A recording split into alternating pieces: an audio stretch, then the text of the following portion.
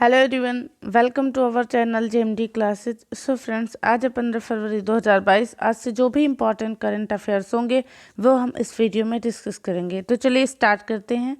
आज का first question है, कृषि नेटवर्क ऐप ने हाल ही में किस अभिनेता को अपना ब्रांड एम्बेसडर बनाया है? तो इसका करेक्ट आंसर है पंकज त्रिपाठी को। ठीक है।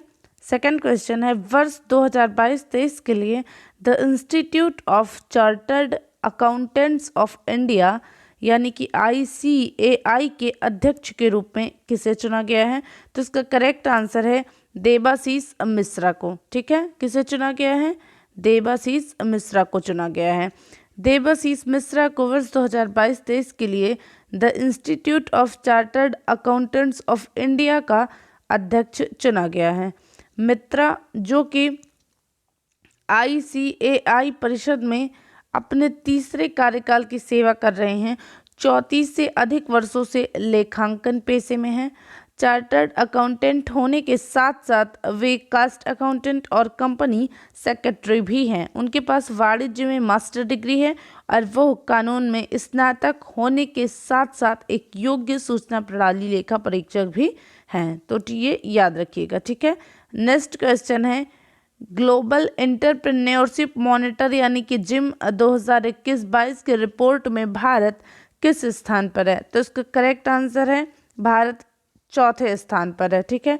दुबई एक्सपो में अनावरण की गई ग्लोबल एंटरप्रेन्योरशिप मॉनिटर जिम 2021-22 की रिपोर्ट में भारत एक नया व्यवसाय शुरू करने के लिए शीर्ष 5 सबसे आसान स्थानों में से एक है। ठीक है। भारत को विश्व स्तर पर चौथे स्थान पर रखा गया है, जिसमें से सबसे ऊपर है सऊदी अरब, इसके बाद है नीदरलैंड और इसके बाद है स्वीडन। ठीक है। हमारा अगला क्वेश्चन है, सैन्य रणक्षेत्रम नाम से अपनी तरह का पहला हैकाथॉन किसके द्वारा आयोजित किया गया है? तो इसका करेक्ट आंसर है भारतीय सेना द्वारा। ठीक है। अगला क्वेश्चन है, हाल ही में किस राज्य के स्वास्थ्य मंत्री ने कैंसर से बचाव के लिए होप एक्सप्रेस की घोषणा की है? तो इसका करेक्ट आंसर है महाराष्ट्र राज्य। महाराष्ट्र के स्वास्थ्य मंत्री राजेश टोपे ने घोषणा की है कि राज्य में कैंसर की रोकथाम के लिए होप एक्सप्रेस की शुरुआत की जाएगी। ठीक है। हमारा नेक्स्ट क्वेश्चन है, हाल ही में किस बैंक ने अपने नियो कलेक्शंस प्लेटफॉर्म के लिए क्रेडिट्स सॉल्यूशंस के साथ साझेदारी की है? तो इसका करेक्ट आंसर है RBL बैंक ने। ठीक है। RBL बैंक ने अपने नियो कलेक्शंस प्लेटफॉर्म के लिए क्रेडिट्स सॉल्यूशंस के साथ साझेदारी की है। Neo collections platform do it yourself डेप्ट मैनेज प्लेटफॉर्म हमारे ग्राहकों को उनकी बकाया राशि की निगरानी, प्रबंधन और भुगतान करने में मदद करेगा। ठीक है। बात करें अगर RBL बैंक की, तो इसकी स्थापना होती है 1943 में। RBL बैंक का मुख्यालय है मुंबई, महाराष्ट्र में और RBL बैंक के CEO और MD हैं राजीव आहूजा जी। ठीक है। आगे चलते हैं। RBL बैंक की जो टैगलाइन है वो है अपनों का बैंक। ठीक है। अगला क्वेश्चन है, केंद्र सरकार ने पुलिस बल के आधुनिकीकरण के लिए किस योजना को मंजूरी दी है? तो इसका करेक्ट आंसर है अम्ब्रेला योजना। ठीक है।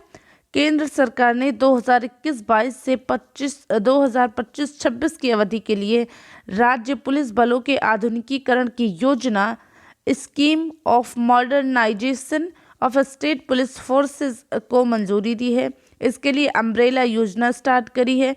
यह राज्यों और केंद्र शासित प्रदेशों में पुलिस बलों के आधुनिकीकरण और सुधार की एक योजना है, जो कि अगले 5 सालों तक यानी कि 2026 तक जारी रहेगी। इस योजना के लिए कुल 26,275 करोड़ रुपए का वित्तीय परिव्यय समर्पित किया गया है। ठीक है। इस योजना के तहत कानून व्यवस्था, आंतरिक सुरक्षा, पुलिस द्वारा आधुनिक तकनीकी को अपनाने, राज्यों और केंद्र शासित प्रदेशों को नशीले पदार्थों के नियंत्रण में सहायता करने का प्रावधान किया गया है। इसका उद्देश्य भारत में एक मजबूत फॉरेंसिक सेटअप विकसित करके आपराधिक न्याय प्रणाली को मजबूत करना भी है। ठीक है। अगला क्वेश्चन है, हाल ही में दुनिया का सबसे बड़ा इग्लू कैफे जो है वो कहाँ पे खोला गया है? तो दुनिया का सबसे बड़ा इग्लू कैफे खोला गया है भारत के केंद्र शासित प्रदेश जम्मू कश्मीर में। हाल ही में जम्मू कश्मीर में एक इग्लू कैफे खोला गया है। यह अब दुनिया का सबसे बड़ा इग्लू कैफे है।